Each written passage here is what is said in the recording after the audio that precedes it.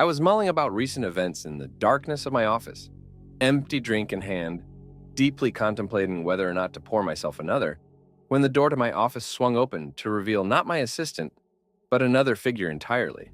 My, look at you, she said with a coy laugh as she advanced closer to me.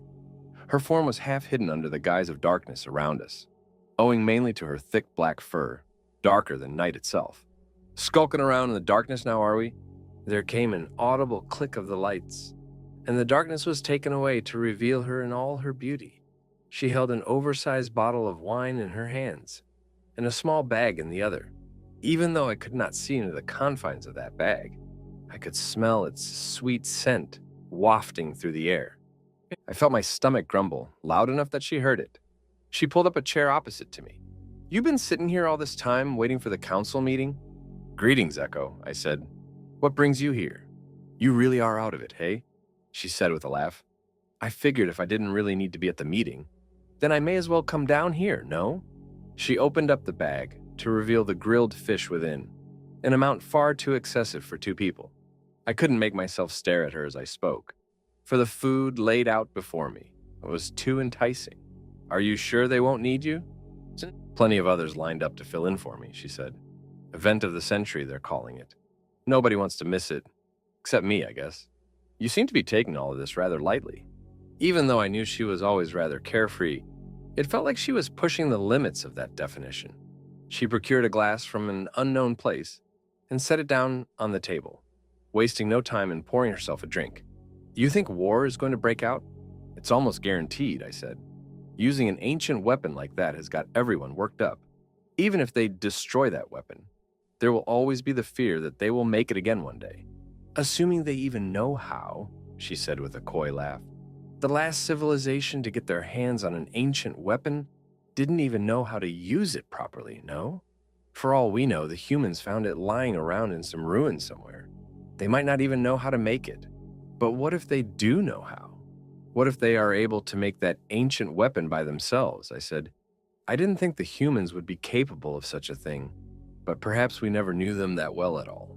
She mused for a moment and swirled about the glass in her hands. "Maybe they didn't even know how much damage it would do. That too is pretty much a guarantee, no? Guess we'll find out soon," as she looked at the clock hanging on the wall behind me. "It starts in 5 minutes. "Yeah, I know." We made ourselves comfortable on the couch and settled in to watch the broadcast. I placed a helmet upon my head and felt myself transported into the council headquarters. Not literally, however. I was merely seeing things through the eyes of a camera, but that was my preferred way to indulge in news rather than watching everything unfold on a plain, static screen. As I looked around the room, I could see that due to the emergency nature of the meeting, there were far more holograms and substitutes than usual. Not everyone could make it to that meeting in time, and even some of those who could opted to use different methods to represent themselves. There was a tension in the air. Even though I was not there in person, it felt suffocating all the same. I looked over to the Akatan Emperor, Ra, red and reptilian, who had surprisingly come to that council meeting in person, even though it was hard to get a read on him, owing to his beady black eyes. But I felt a primordial sense of anger emanating from him all the same. The human president, Henriksen, sat across the room, a blank expression fixated upon his face. Even though I had seen that man many times before, I didn't realize just how plain he looked until that moment. It was not to say he was ugly by their standards, but he had no standout features upon him that one could consider unique. There rang out a series of faint footsteps, and as I looked towards the podium, I saw the council leader, Orden, walking up to it. He was a Magellan, his sleek features only serving to make his white skin seem even more slimy than usual. As he whipped his head about, his giant fish-like ears fluttered about. "As you all know, this emergency meeting is in regards to the recent conflict concerning the Akatan and the humans.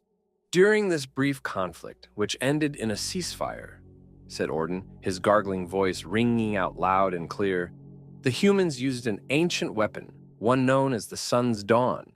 Henriksen," he said, "will you confirm or deny the validity of this statement?" All heads turned toward the human president, who seemed to be staring down at the table before him. There seemed to be no remorse in his eyes nor madness. but rather the face of someone who had grown tired of such trifling matters, which was an expression far more terrifying than any other. Henriksen cleared his throat and spoke in a voice which sung with the harshness of gravel. "There is no mistake. In order to ward off the Akatan fleet, we used a weapon, which you refer to as the sun's dawn." There came a symphony of shocked gasps from around the room, slowly settling into an eerie silence. "And how did you manage to get your hands on this weapon?" said Orden, his stoic face as plain as ever. "I hardly see how that is even relevant," said Henriksen, as his head turned to face Ra. "What is more important is the Akatan declaring war on a neutral civilization, entirely unprovoked. Yes, it is true that we use an ancient weapon to eliminate the invading Akatan fleet.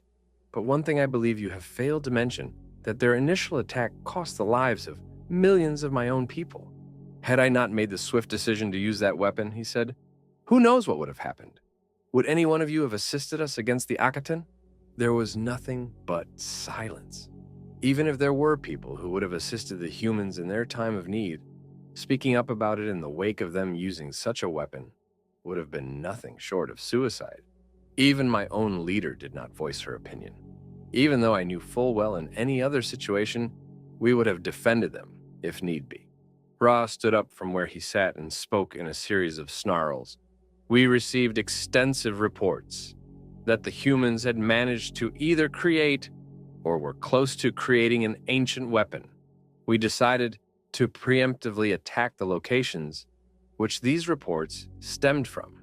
Unfortunately, it appeared they had already managed to create one, and thus we incurred significant losses for our efforts. The loss of my fellow men is undeniably a great tragedy," he said, "but their deaths were not in vain, for they serve as a warning to each and every one of you. The humans have acted under the guise of neutrality to gather intelligence pertaining to this ancient weaponry, with the intention of one day harnessing that power for themselves. The results are clear as day. They now have the power to turn you and everything you have known to rubble. It is paramount that we do not allow them to continue as they are, for in their current form, they are a liability, a threat to all of existence." I felt my hearts beat down in my chest as I slowly resigned to what had happened. There was no denying that war would break out, and the humans, as I knew not what would happen to the humans in the wake of it. "Henriksen, leader of the humans," said Ordan, "what say you in your defense?" "Are the words of a warmonger automatically more credible than my own?" he said, as a brief flash of anger came across his visage. "Have you any proof of any of this?" "Your allies," said Ra, as he looked across the room. "The Omata." I heard Echo speak under her breath from beside me. "Oh shit, first I've heard of this." I looked across the room and saw our leader, Adama of the Omata, stand up from where she sat across the room. I watched her weathered face with utmost intensity and saw the sorrow clearly reflected in her eyes. I felt a pit form in my stomach, for I knew what was to come. "It is true," she spoke in a soft voice. "We have suspected the humans of this for some time, but have not acquired any proof until recently. I knew in my heart that if our people said it to be true, then it was the pure and honest truth." "And where is this proof?" said Henriksen, his eyebrows raised. "I do believe such baseless accusations need something to back them up. Or is this all thing a farce?" "What merit is there in protecting the Akatan, I ask?" he said as he pointed an accusatory finger their way. "You blame not the aggressor for this conflict, but the ones who defended themselves from them. Govern yourselves accordingly, humans," said Orden, as a faint frown appeared on his face. "Considering your past actions, we will be more lenient on you, however, if you do not destroy any and all things related to this ancient technology. We will be forced to take matters into our own hands." "Utterly foolish, Orden," said Ra. "You cannot allow such a menace to continue existing. Who knows who will come under their ire in the days to come?" "Calm yourself, Ra," said Orden. "You are not entirely innocent in this matter." He turned towards Henriksen. "Now, will you agree to dispose of all things relating to this ancient technology of yours? I suggest you consider your answer wisely." A crude smile flashed across Henriksen's face, and as he opened his mouth to speak, a sharp bang rang out, and he collapsed upon the table, blood pouring from a gaping hole in his head. There was no absence of chaos in those next few moments, of frenzied yelling and panicked movement. Then the broadcast cut to black.